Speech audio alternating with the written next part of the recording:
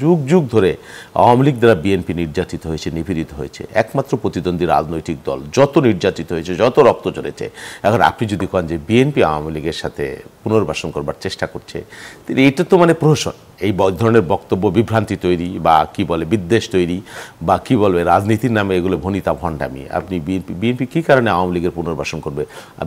আপনি কি বিএনপির প্রতিদ্বন্দ্বী? আপনার তো এখনো ভাই নাই, রেজিস্ট্রেশনই নাই, নিবন্ধনই আপনি হন নাই। আপনি নির্বাচন করতে পারবেন কি পারবেন না? বিএনপি আর আওয়ামী লীগ এটা তেলে আর জলে কোনোদিন গিয়েছে? এইগুলো বলে না, এগুলা মানে নিজেরাই ওনরা ছোট হচ্ছেন। এটা আমি দুর্ভাগ্যজনক। এই যে বলে না বড় বড় কথা, হ্যান করেন গা ত্যান করেন গা, উল্টাই ফেলবো পাল্টাই ফেলবো।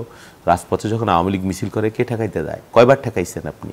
হ্যাঁ, আমার ছাত্রদলের ছেলেদেরকে এগুলা করতে হয় বেশিরভাগ ক্ষেত্রে এবং ম্যাক্সিমাম ক্ষেত্রে। আপনি গ্রামে গঞ্জে যান, হ্যাঁ, এখনও গ্রামে যান, আওয়ামী লীগ লোকরা অনেক জায়গায় চলে আসছে, অনেক জায়গায় আসে নাই। হ্যাঁ, এবং যেখানে আসে নাই বা আসতে পারে না, ভয় করলে বিএনপি নেতাকর্মীদেরই ভয় করে। আপনার পুলিশ বাহিনীও সেভাবে তৎপর হতে পারে নাই, বা আপনারাও সেখানে প্রতিরোধ করতে পারেন না। আমাদেরকেই করতে হয়, আমাদের নেতাকর্মীদেরকে ঝুঁকে নিতে হয়, আমাদেরকেই তার মুখোমুখি দাঁড় করাইতে হবে। আপনি আমাকে বলছেন যে আমি আওয়ামী লীগকে পুনর্বাসন করতে চাচ্ছি। এইগুলো রাজনীতির নামে একটা তরুণ রাজনৈতিক দল, তার তরুণ নেতৃত্ব, তাদের কাছ থেকে আমরা পজিটিভ অ্যাপ্রোচ বা পজিটিভ দৃষ্টিভঙ্গি আশা করি। কি বিএনপি বললেন একজন যে এখন নির্বাচনের কথা বলাই, গণতন্ত্রের কথা বলাই মনে হয় যে একটা অপরাধ।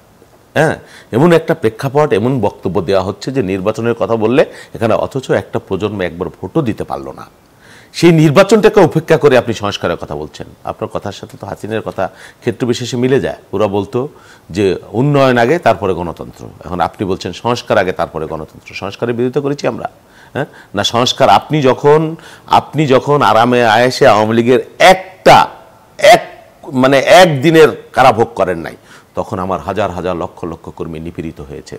আপনার যারা আজকে ছাত্র নেতৃত্ব, তারা কেউ কেউ ছাত্রলীগের মধ্যেও ছিল, বিলীন হয়েছিল। কেউ কেউ যারা ছাত্রলীগ করেন নাই, তারা ক্যাম্পাসেই ছিল, আওয়ামী লীগের ছাত্রলীগের শত্রুপক্ষে পরিণত হন নাই। বাট আমার ছেলেরা ক্যাম্পাসের সাধারণ জীবনযাপন করতে পারে নাই, একাডেমিক কেরিয়ার শেষ করতে পারে নাই। আমি যখন পিচ ঢালা গরমে 42 ডিগ্রি তাপমাত্রায় ওই রাস্তায় পিচের সাথে গলে মিলেমিশে গেছি, তখন আপনি আরামে আইসেই ছিলেন। আপনার বিরুদ্ধে কোনো বিদ্বেষ ছিল না, আপনার বিরুদ্ধে কোনো রক্তচক্ষু ছিল না।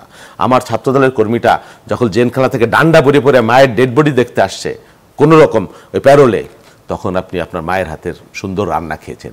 এখন আপনি বলছেন আমি আমরা নাকি ছাত্রলীগ নিষিদ্ধ চাই না, আমরা নাকি ছাত্রলীগ পুনর্বাসন করতেছি। এই ধরনের বক্তব্য না, এটা খুবই দুর্ভাগ্যজনক। এটা আপনাদেরকে আমরা আশা করেছিলাম যে আপনারা তরুণ রাজনীতি, আপনারা নতুন ইতিবাচক ধারার রাজনীতি করবেন। পুরনো সেই বিদ্বেষ, প্রতিহিংসায়, খিস্তি খেয়রের রাজনীতি, এগুলো করে কি জনভিত্তি বা জনগণের মন জয় করা সম্ভব?